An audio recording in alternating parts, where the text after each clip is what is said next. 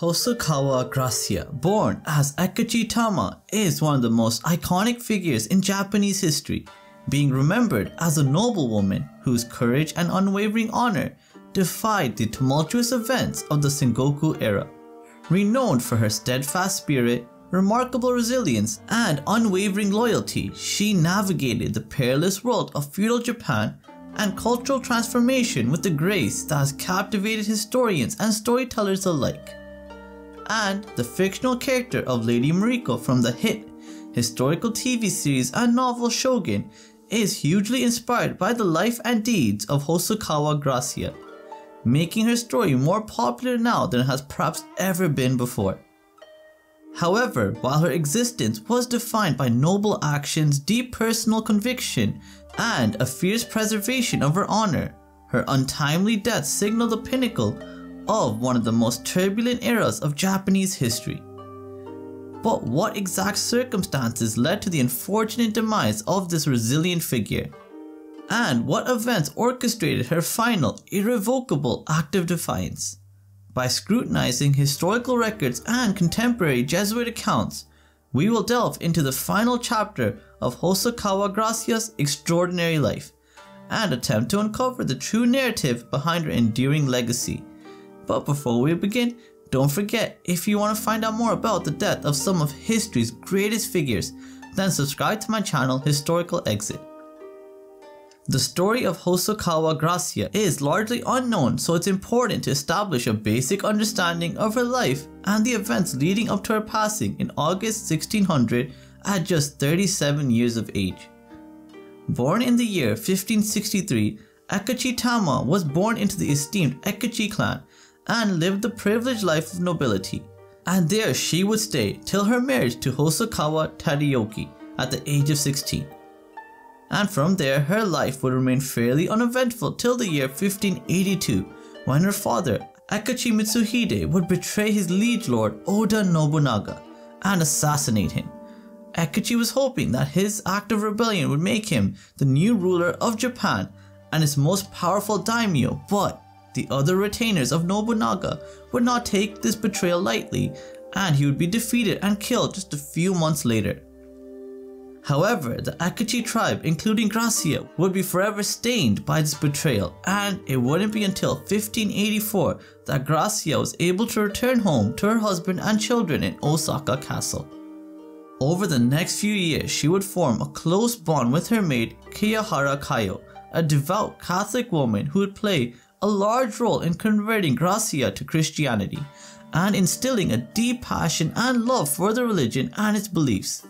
However, things would once again take a turn for the worse in the year 1598, when the Shogun of Japan Toyotomi Hideyoshi would pass away, and in the ensuing chaos, two powerful factions led by Tokugawa Ieyasu and Ishida Mitsunari would be formed, and her husband Tadayoki would be a fierce supporter of Tokugawa Ieyasu and one of his key allies in the upcoming war. 2 years later, in the year 1600, when the Sengoku period was at the height of its turmoil, Ishida Mitsunari would decide to besiege Osaka Castle and attempt to capture key hostages, including Gracia, by capturing the fortress and using them as leverage against Ieyasu and Tadayoki.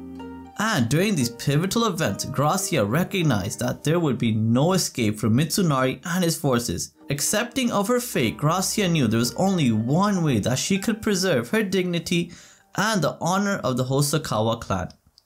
And it is in the passages of Jesuit priest Father Louis Froiss's historical text Historia de Japan that we get our singular contemporary description of the ultimate fate of Hosakawa Gracia. He states in his historical text that Gracia gathered her resolve and, with a calm dignity that defied the chaos around her, took up her dagger and performed the final rite of seppuku to preserve her honor. This passage from the Historia de Japan highlights without doubt that Gracia would perform the final rite of seppuku and choose her own manner of passing, rather than risk being captured and defiled by the invading forces of Ishida Mitsunari. Furthermore, it is also in the historical text of Historia de Japan that we get our best understanding of the background and events that occurred leading up to the seppuku of Gracia. As Father Louis Frost records in his historical text that Gracia was aided in her ritual death by her retainer Ogasawara Shosai, who was ordered by her husband to aid Gracia in seppuku if her honor was ever in danger. And after completing his obligation to Tadayoki, Ogasawara would then commit seppuku himself and set the Hosakawa family mansion on fire as well, ensuring that the enemy forces would not be able to desecrate the body of Lady Gracia, and even in death, her honor would remain intact. However, the story of Gracia does not end with her passing at Osaka Castle, as Catholic priest Neki Soldo Organtino was so moved by her sacrifice that he would head to the burnt remains of the Hosakawa mansion and gather her ashes and bury them within a cemetery in the city of Sakai.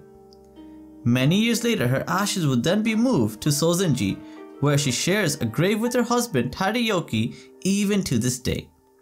The sacrifices and passing of Gracia would have a ripple effect across Japanese society, and her death would result in general discontent with the rule of Ishido Mitsunari and cause much degradation of his reputation and honor. And it is not implausible to suspect that without the sacrifices made by Gracia at Osaka Castle, that the Battle of Sekigahara may have had a completely different conclusion.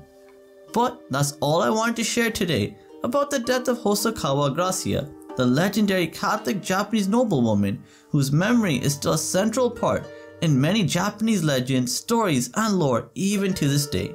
So I really hope you found this video to be educational and engaging, and if you did enjoy it, please do like and share this video with others. And if you haven't done so already, subscribe to my channel Historical Exit so you can find out more about the death of some of history's greatest figures. Thank you so much for watching and have a great day. Bye!